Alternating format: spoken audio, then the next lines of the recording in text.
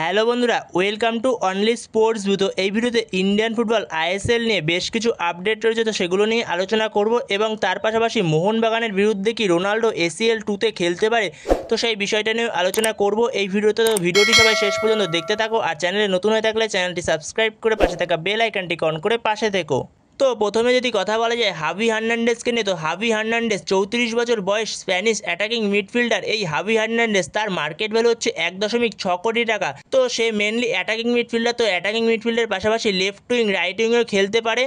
তো এই হাভি হার্নান্ডেজ বর্তমান সময় যুক্ত রয়েছে জামশেদপুর এফসির সঙ্গে। তো জামশেদপুর এফসির সঙ্গে তার কন্ট্রাক্ট রয়েছে 31শে মে 2025 অবধি। তো তার কন্ট্রাক্ট শেষ হয়ে যাচ্ছে জামশেদপুর এফসির সঙ্গে। তো জামশেদপুর এফসিও তাকে ধরে রাখার চেষ্টা করছে, তার সঙ্গে কথাবার্তা বলছে। এবং তাছাড়াও এই হাভি হার্নান্ডেজের কাছে অফার রয়েছে নর্থ ইস্ট ইউনাইটেড এফসি, তো সেটা আমি তোমাদের আগে জানিয়েছিলাম। তো এখন বর্তমান সময় আরও একটা খবর বেরিয়ে আসছে, তো চেন্নাই এফসিরও ভালো রকম ইন্টারেস্ট রয়েছে এই হাভি হার্নান্ডেজের প্রতি। তো চেন্নাই এফসিও এই হাভি হার্নান্ডেজের সঙ্গে কথাবার্তা বলছে। তো সেখানে দেখা যাক পরবর্তী গন্তব্য কোথায় হয় এই হাভি হার্নান্ডেজের। সে কি চেন্নাই এফসিতে যায়, নাকি নর্থ ইস্টে যায়, নাকি সে জামশেদপুর এফসিতে স্টে করে।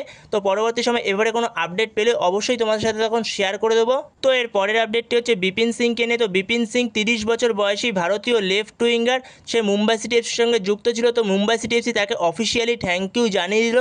তো আমরা জানতাম যে বিপিন সিং সে ইস্টবেঙ্গলে যোগ দিচ্ছে, তো তাকে অফিসিয়ালি মুম্বাই সিটি এফসি থেকে ছেড়ে দেওয়া হয়েছে।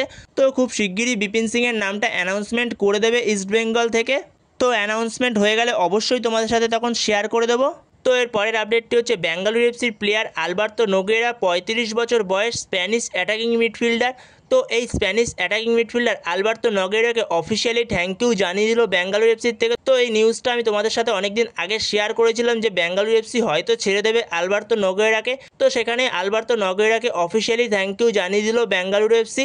তো সেখানে দেখা যাক আলবার্তো নোগুয়েরা কোন ক্লাবে যায় পরবর্তী সময়। তো ইস্টবেঙ্গল একটা ইন্টারেস্ট ছিল এই আলবার্তো নোগুয়েরার প্রতি। তো সেখানে দেখা যাক পরবর্তী সময় আলবার্তো নোগুয়েরাকে কোন ক্লাব নেয় এবং কোন ক্লাবে সে যায়।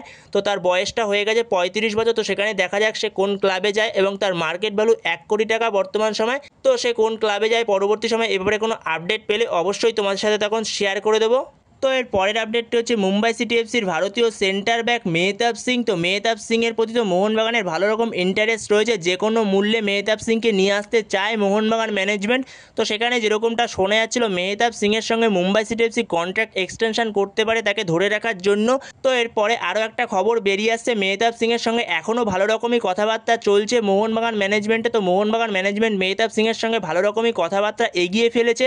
তো সেখানে ডিলটা হওয়ার পসিবিলিটি রয়েছে। আমি তোমাদের জানিয়েছিলাম যে ট্রান্সফার মার্কেটে কখন কী হয় সেটা বলা মুশকিল। তো যে কোনো সময় ডিলটা ডান হয়েও যেতে পারে, মোহনবাগান ম্যানেজমেন্ট কিছু টাকার বেশি প্রস্তাব দিয়েও ডিলটাকে ডান করে নিতে পারে। তো সেখানেই দেখা যাক পরবর্তী সময় এই ব্যাপারটা নিয়ে আর কি আপডেট বেরিয়ে আসে। তো পরবর্তী সময় কোনো আপডেট পাওয়া গেলে অবশ্যই তোমাদের সাথে তখন শেয়ার করে দেবো। তো এর পরের আপডেটটি হচ্ছে মোহনবাগানের বিরুদ্ধে কি এএফসি চ্যাম্পিয়ন্স লিগ 2-তে রোনাল্ডোর আল নাসার খেলতে পারে। তো সেখানে রোনাল্ডোর Al Nassr officially AFC Champions League 2-তে কোয়ালিফাই করে গেছে। তো সেখানে কালকে রাতে সৌদি আরবে যে কিংস কাপ হয়, তো সেই কিংস কাপের কালকে ম্যাচ ছিল, ফাইনাল ম্যাচ। তো সেখানে চ্যাম্পিয়ন হয়ে গেছে আল ইত্তিহাদ, যেখানে আল ইত্তিহাদ তো ডাইরেক্ট কোয়ালিফাই করেই গেছে এএফসি চ্যাম্পিয়ন্স লিগ এলাইটে। তো সেখানে 3 নম্বরে ফিনিশ করেছে আল নাসার। তো আল নাসার অফিসিয়ালি কোয়ালিফাই করে গেল আল ইত্তিহাদ চ্যাম্পিয়ন হওয়াতে।